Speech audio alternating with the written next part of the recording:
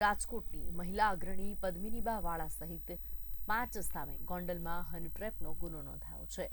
તે મામલામાં એક વૃદ્ધને એક યુવતી મારફત જાળમાં ફસાવ્યાનો આક્ષેપ લાગ્યો છે। મહિલા અગ્રણી પદ્મિનીબા વાળા સહિત 5 સામે ગોંડલ બી ડિવિઝન પોલીસ સ્ટેશનમાં હની ટ્રેપનો ગુનો નોંધાયો છે। તે મામલામાં એક યુવતીએ વૃદ્ધને ફસાવી બ્લેકમેલ કરી ₹7 લાખ માંગ્યા હોવાનો આક્ષેપ કરાયો છે। તે ઉપરાંત ભોગ બનનાર વૃદ્ધના ઘરે ટોળકીએ પહોંચી ધમકાવી અને સેટલમેન્ટ કરવાનું કહેતા અંતે આ વૃદ્ધે પોલીસમાં ફરિયાદ નોંધાવી છે અને પોલીસે તપાસ શરૂ કરી છે। આ સમગ્ર મામલામાં ફરિયાદી વૃદ્ધ સામે પણ દુષ્કર્મનો ગુનો અલગથી દાખલ કરી વધુ તપાસ હાથ ધરવામાં આવી છે।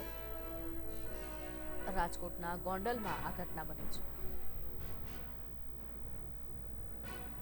એક ભાઈ છે કે ગાદીપતિ પોતે ભુવા છે કે જોવે છે એવું ઈ બેન દ્વારા મને જાણવા મળ્યું છે।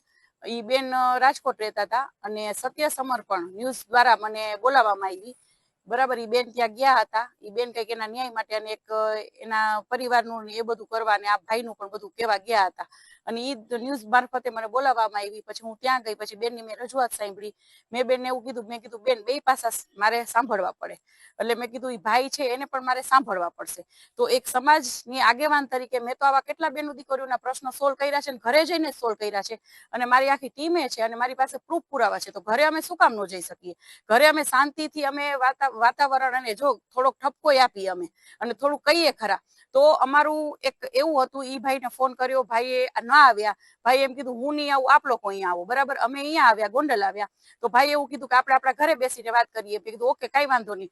ભાઈને અમે બધું દેખાડ્યું। મેં કીધું ભાઈ આ શું છે, તમે શું જોવો છો, મારે જોવડાવવું છે। અને અમારું એક પેલો તો એવું જ હતું કે ઈ ભાઈને અમારે ખુલ્લા પાડવા હતા કે કોઈ પણ જોવડાવવા જાય અને આવા બેનો દીકરીઓને ખોટા સકંજામાં લઈ અને શોષણ ન કરે।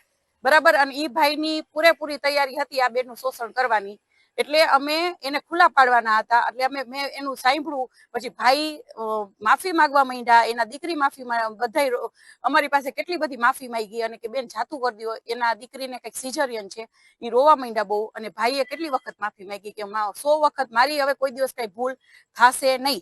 એટલે અમે એની ઉપર વિશ્વાસ કરી ગયા, છતાંય મને એક એવું થયું કે અમે અહીંયાથી નીકળશું એટલે અમારી ઉપર કઈ પણ એક્શન લેવાય ખોટી આ લોકો। એટલે અમે એમને એમ કીધું કે ભાઈ આપ ન્યૂઝમાં આપની માફી પત્ર એક અમને આપી દો, અમારે કઈ વાયરલ પણ નથી કર્યું, પણ બીજી વાર આવું કોઈ બેન દીકરીઓ સાથે